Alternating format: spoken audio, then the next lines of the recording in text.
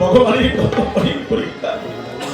বাঙ্গা কুটিরে তাকে সেই বাড়িতে গিয়ে ব্রাহ্মণী সারাদিন ব্রাহ্মণ ঠাকুর ভিক্ষা করে যাননি, তাই দিকে জীবিকা নির্বাহ করে ওই দিন ঘরের ভিতরে কিছু নাই। ভগবান জানে ব্রাহ্মণ ভিক্ষাতে গিয়েছে, সারাদিন ভিক্ষা করে যা পাইবে তাই তারা রান্না করে বিকালে সেবা করবে। এমন সময় ভগবান অতিদ্রব্যে উপস্থিত দেখে বলছে, কি আসো? বলে আমি ব্রাহ্মণী। বলি আমি ক্ষুধার্ত। একদিন অতীত রূপে আসলেন নারায়ণ ভক্তের বাড়িতে।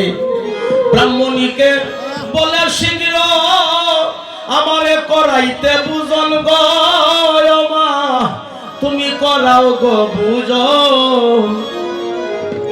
ব্রাহ্মণী বলছে, অতিথি ঠাকুর আমি একটু ঘরে যাই। গিয়ে দেখে ডাল নাই, চাল নাই, কিছু নাই, ঘরে কি দিব? এসে বলছে, অতিথি ঠাকুর আমি কি দিয়াকো রাই বাবু জন কি দিয়াকো, আমি কি দিয়াকো রাই বাবু জন, আমার কিছুই নাই রে, নাই রে ঘরেতে। গুলক হতে গুলকের নাথ আসলেন ধরাতে।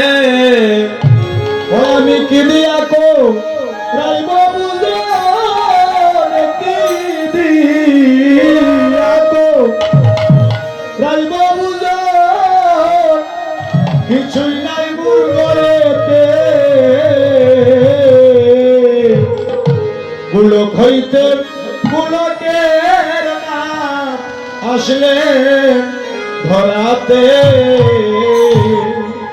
ওই বাড়িতে কীর্তন অনেক জায়গায় এরকম হয়, সারা গ্রামের মানুষ জীবনকে বিসর্জন দিয়ে কীর্তন করে ওখানে সেবা সঙ্গন হবে, কিন্তু অনেক বাড়িতে গিয়ে দেখে দরজা বন্ধ করা আছে। যদি বলে মা আমি একটু জল খাইতে চাই, কয়ে এখানে ভাই কেউ নাই, ওই বাড়িতে যাও। ব্রাহ্মণী ঠাকুর বলছে আমার ঘরে কিছু নাই। যদি অতিথি ফিরে যায়, সেই সময় মহাপ্রভুর কথাটা মনে পড়েছে। মহাপ্রভুর মাকে বলেছিল, মা আমি একটা কথা তোমাকে শেষবারের মতো বলে যাই, যদি কোনোদিন তোমার বাড়িতে কোনো অতিথি আসে, অতিথি যেন কোনোদিন তোমার বাড়ি থেকে ফিরে না যায়। এখন হোক ভিক্ষুক, হোক চন্ডাল, হোক রাজা, হোক প্রজা, হোক হিন্দু, হোক মুসলিম, কোন অতিথি যেন ফিরে না যায়।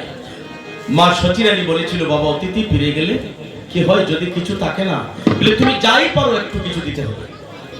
সেদিন বলেছিল মহাপ্রভু, মাগো মাগো অতিথি বিমুখ হইলে ধর্ম যায় মা সবই রসার তলে। হরিবল হরিবল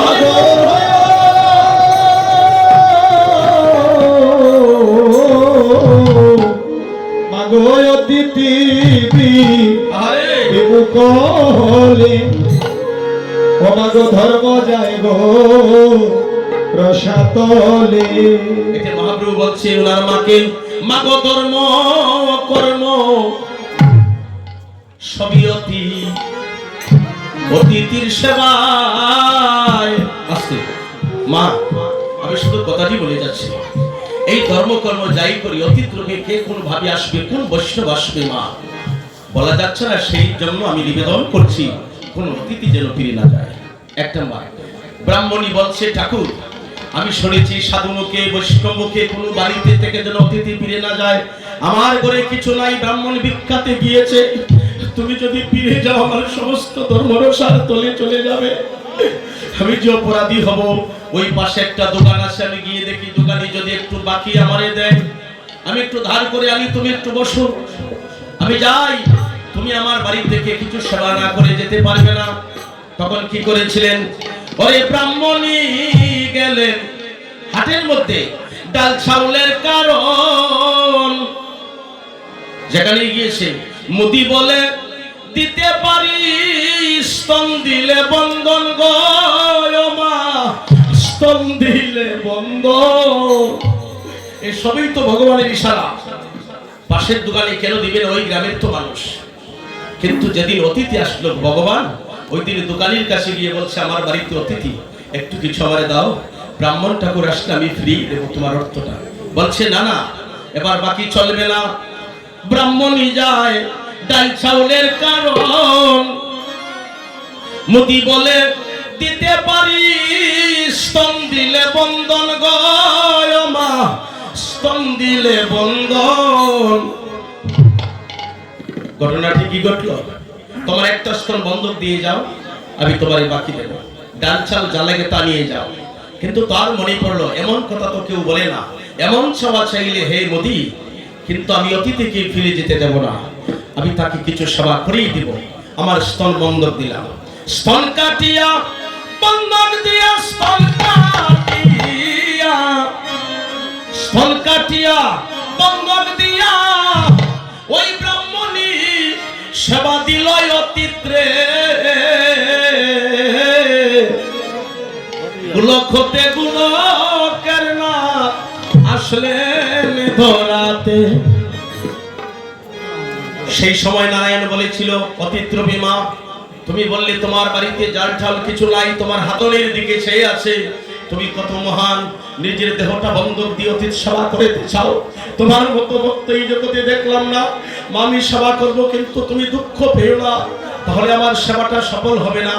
এমন সময় অতিথি ঠাকুর দেখে তার বাম চক্ষু দিয়ে ওই ব্রাহ্মণী ঠাকুরের বাম চক্ষু দিয়ে টলটল করে জল পড়ছে, একটা চক্ষু দিয়ে। অতিথি হাত তোলা দিয়ে বলছে মা তুমি কাঁদছো কেন? বলে না না দেখুন আমার একটা চক্ষু দিয়ে জল পড়ছে। বলে কারণ কি? বলে আমার দক্ষিণ স্তন বন্ধক দিয়ে অতিথি সেবা দিলাম, একই দেহ আমার বাম চক্ষু দিয়ে জল পড়ছে। ওই অঙ্গটা বলছে একই দেহে তাকিয়া আমি কেন অতিথি সেবা থেকে বঞ্চিত? একই দেহে আমি আছি কিন্তু আমি কেন আজ অতিথি সেবা থেকে বঞ্চিত হলাম? সেই সময় অতিথি ঠাকুর অন্তর্যামী অন্তরে জেলে খুশি হইয়া বর দিল প্রসন্ন বদনে।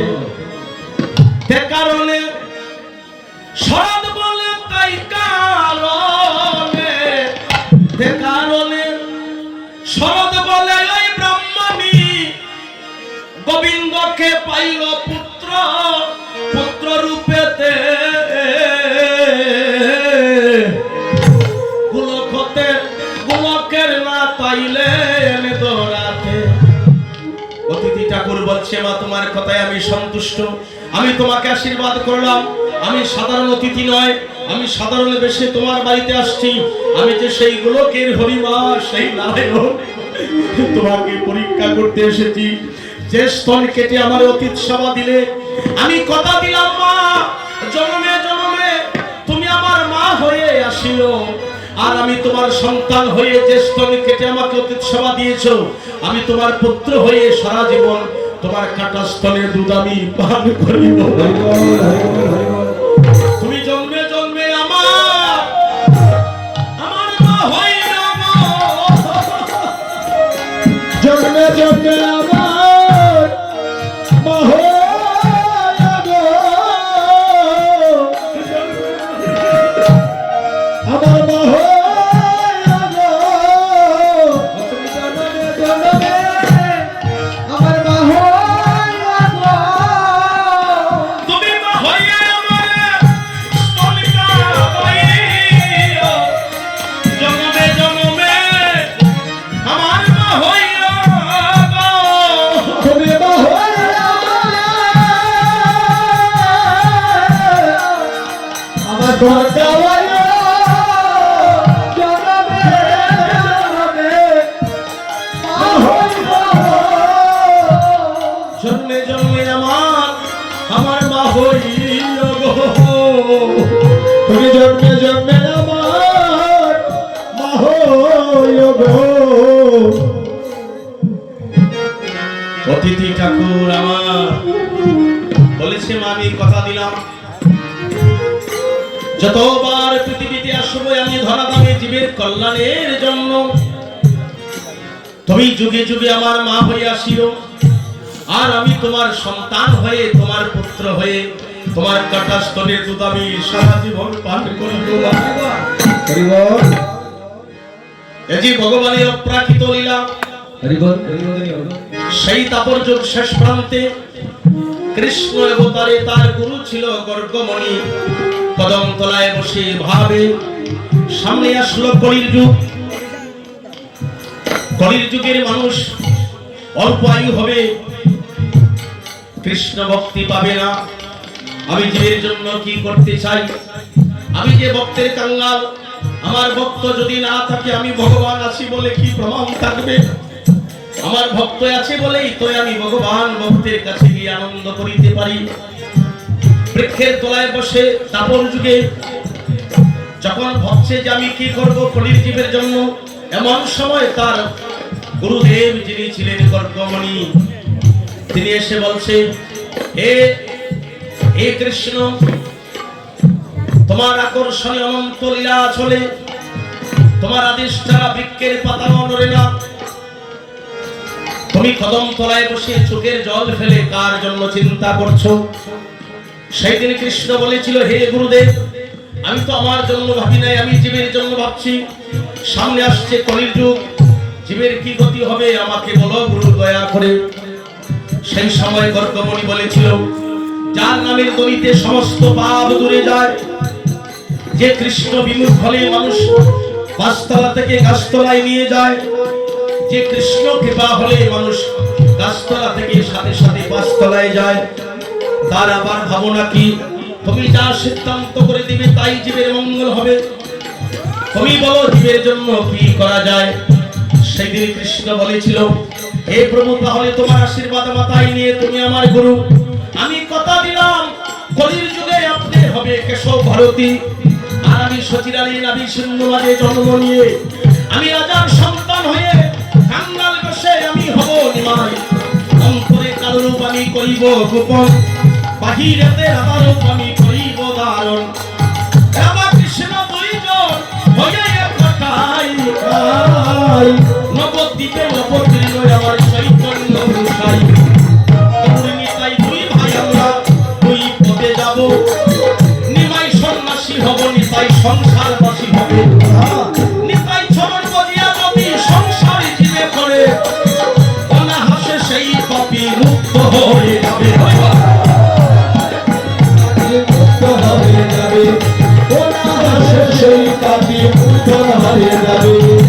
এহেন সময় হবে এটাই আলোচনা, বসিয়া শুনে নাচেন আমার যত ভক্ত জনা। একবার যদি নাম নাই দিবে জীবের সব পাপ হরে, পাপ কির সাধ্য নাই তব পাপ হয়। তাই বলছে তুমি হবে জগৎগুরু। কৃষ্ণ যাও, তোমাকে আদেশ করিলাম, তুমি হবে কেশব ভারতী। গুরুদেব, আমি হব নিমাই। আমি নাম প্রেম দিয়ে কলির জীবকে মুক্ত করিতে চাই। আশীর্বাদ মাথায় নিয়ে গেলাম। তবে জীব বলবে, আমি যদি গুরু হই আমার গুরু থাকতে হবে। তুমি কিসের গুরু হবে? সেই গুরু বলে দিয়েছে, গুরু তো অন্তর্যামী। বলছে জগতের লোক স্বীকার করতে হবে, দীক্ষা গুরু কৃষ্ণ আমার, শিক্ষা গুরু রাই। আরে বৃন্দাবনের বচন তত্ত্ব যাহার কাছে পাই, উর্ধ্বধ্বনি উর্ধ্বলিঙ্গ ঊর্ধ্বগতি হয়, ঊর্ধ্ব না হইলে জীব যাবে জমালয়। পুরুষলিঙ্গ হইলে মস্তকের মণি, তাহা দিয়া খেলা করে দেবভক্তজনী। ছোট সাধকের স্থান হইবে গৃহ বৃন্দাবন। এই যে আমি বারে বারে বলি আপনারা বসুন, কেন জানেন? এই বৃন্দাবনের ভিতরে যারা বসে তারা সাধক। প্রভু তাদের নাম হিসাব করে রাখি। কতজন তোমরা বসে আমার জন্য অপেক্ষা করছো? একজন সাধারণ মানুষের বাড়িতে গিয়া যদি একটা সার্টিফিকেটের জন্য যদি আপনি চেয়ারম্যান বাড়িতে 2 ঘন্টা বসে থাকেন, নিশ্চয়ই সমালোচনা করবেন লোকে, যে ওই মানুষটা 2টা ঘন্টা ধরে বসে আছে, একটা কিছু করে দেও। তাই ভগবান বলছে, আমার জন্য যারা অপেক্ষা করে বসে থাকে আমি তার চিন্তা করি। সাধু ছাড়া বৃন্দাবনে কেউ স্থান পায় না। তাই মহাজন বলছে, কি বলছে? সাধকের সাধকের স্থান হয় বাইরে গৃহ বৃন্দাবন। আরে শিরাবিকা হয়েছে তা প্রেমের মহাজন। সেই প্রেম সাবিতে জানে না ধারণী, প্রেমানন্দে নারী বলে করো নারী বনে করো ধরি, নারী বনে করো ধরি। মহাপ্রভু এসেছে কলির যুগে। প্রাচীর নন্দন গৌর হরি আমার আসার আরো 500 বৎসর পূর্বে ছোট মহাপ্রভু আসার অনেক দিন পূর্বে সুনামগঞ্জের উত্তর পাশে তাহিরপুর থানা নবগ্রামে লাগুর পরগনায় দাপর যুগের কৈলাসপতি, তার আরেক নাম হলো বুলানাথ, আরেক নাম হলো শিবশঙ্কর, আরেক নাম হলো মহাদেব, আরেক নাম হলো মৃত্যুঞ্জয়, আরেক নাম হলো নীলকণ্ঠ। নীলকণ্ঠ নাম হইল আমি জানতে চাই এত নাম কেন দিল বলো জগৎ গোসাই।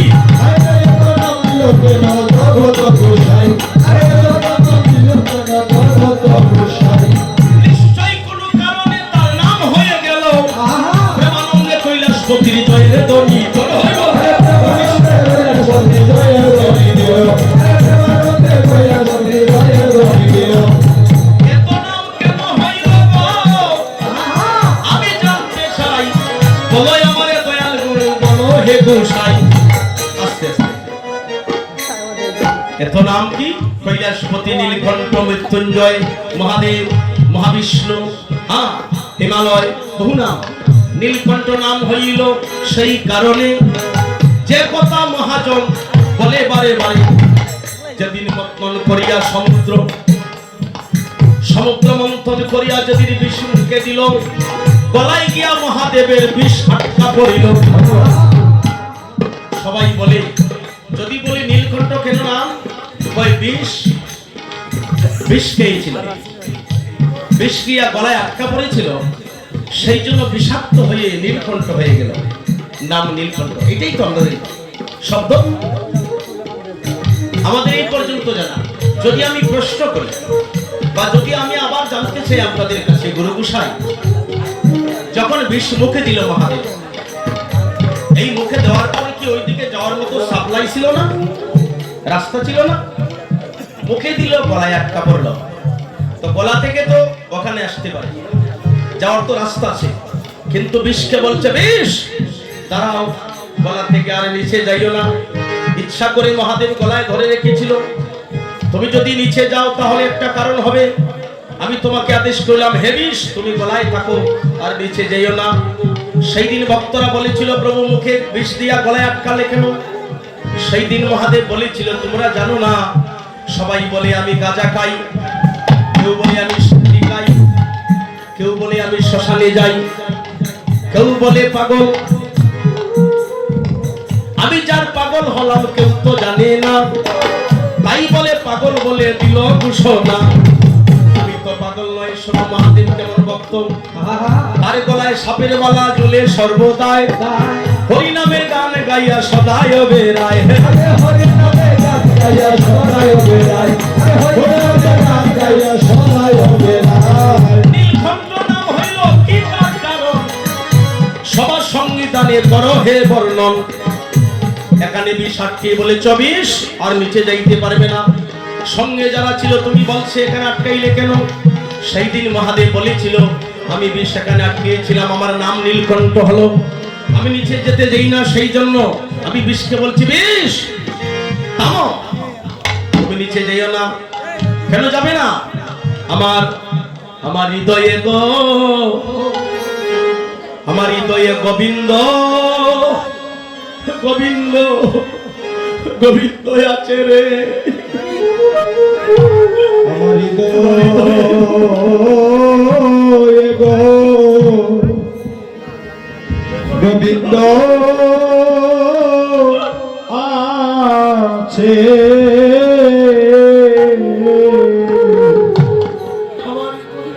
আমার হৃদয়ে গো বিন্দ আছে।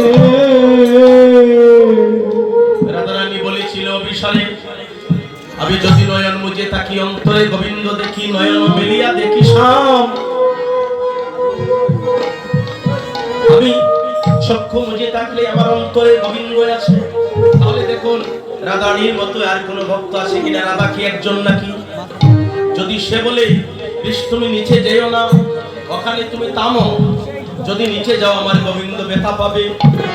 আমি সেই জন্য গলায় ধরে রেখেছিলাম আমার হৃদয়ে গো গোবিন্দ আছে আমার হৃদয়ে গো গোবিন্দ আছে।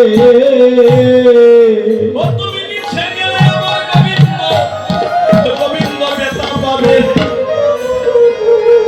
আমার হৃদয়ে গো গোবিন্দ আছে, ওটার কোমলঙ্গে ব্যথা পাবে। আমার হৃদয়ে গো গোবিন্দ আছে। তুমি যাও না যাও না যাও না যাও না ও প্রভুর কোমলঙ্গে এই কোমলঙ্গে বেতা পাবে। অবিশ্রে আমার হৃদয়ে গো আমার হৃদয়ে গোবিন্দ আছে। ওটার কোমলঙ্গে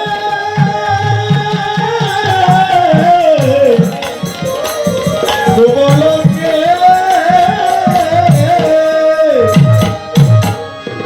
ওটার কোমলঙ্গে ব্যথা পাবে। আমার হৃদয়ে গো গোবিন্দ আছে। আহা, কি অপূর্ব কথা। মহাদেব গাঁজা খায়, মানুষ পাগল হয়ে শ্মশানে গিয়ে বলে আমার মহাদেবীর প্রসাদ পাই, কিন্তু সেই কথা কারো মুখে শুনি নাই। একদিন যদি বলতো মহাদেব বলেছে তার হৃদয়ে গোবিন্দ আছে, অবিশ তুমি নিচে যেও না, তার কমলঙ্গে ব্যথা পাবে। কত বড় ভক্ত ছিল প্রভু আমার, সেই কৈলাসপতি সুনামগঞ্জের পারে বসিয়া কত আরাধনা করেছিল। ওখান থেকে যখন ধরা খাইল, কিভাবে সুনামগঞ্জের উত্তর পাশে জন্ম নিয়েছিলেন শিশু বালক, তার ছোটবেলার নাম ছিল কমলাক্ষ, মায়ের নাম ছিল নাবা দেবী, পিতা ছিল কবিরাচার্য পণ্ডিত, কবিরাচার্যের ঔরসের সন্তান মা ছিল নাবা দেবী। সেই পাড়াতে একজন রাজা ছিল, দিব্য সিংহ রাজা, তিনি শক্তির পূজা করিতেন। আমার বাংলাদেশ ছেড়ে কেন মহাপ্রভু, কেন আমার অদ্বৈতপুর ভারতে চলে গেলেন, তিনি কোনদিন যেতেন না। কেন কেন সেই কারণ আমি বর্ণিত করছি, আপনারা মন দিয়ে শুনুন।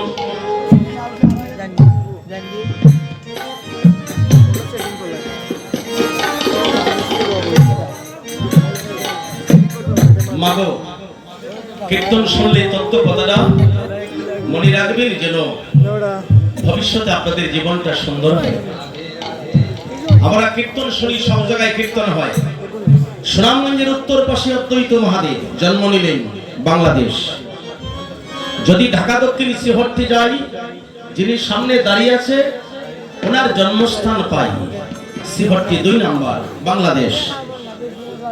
দক্ষিণে হলো জমের দ্বার, এই জন্য কোন মানুষ দক্ষিণমুখী হয়ে ওই দিকে মুখ দিয়া আপনি সামন দিয়ে কোনোদিন অন্ন সেবা করবেন না, কোনো কিছু খাবেন না। আপনি একটু জলই খেতে চান, পশ্চিম পূর্ব উত্তর এই 3টা দিক আছে, আপনি দক্ষিণমুখী হয়ে কোনোদিন সেবা করবেন না। আমি সেই কথাটা বললাম, সেটা হলো জমের দ্বার। ওই হাটটা আপনারা সফল হবে না। আমরা বিচার করি ভজি না বলে আমাদের সংকট দেখা দেয়। প্রভু তো সব সৃষ্টি করেছে। পশ্চিমে সুনামগঞ্জ আমার জেলাতে অদ্বৈত যিনি কীর্তন এনেছিলেন। ঢাকা দক্ষিণ শ্রীহট্টি মহাপ্রভু বাংলাদেশ 2 নম্বর। 3 নম্বরে যদি আমি দক্ষিণ দিকে তাকাই, সেখানে খুলনা জেলায় বেনাফুলের কাছে বরুণ গ্রামে হবিবুল্লাহর পালিত সন্তান, যার নাম ছিল হারিস। কলির যুগে আমরা তারে হারিস বলে, হবিবুল্লাহর ছেলে অর্থাৎ মুসলমানের ছেলে বলে পরিচিত ছিল। কিন্তু আসল কথাটা কেউ জানে না, সে তো মুসলমানের ছেলে নয়। আমি তার ঘটনাটা একটু বর্ণিত করিতে চাই। যেদিন বৃন্দা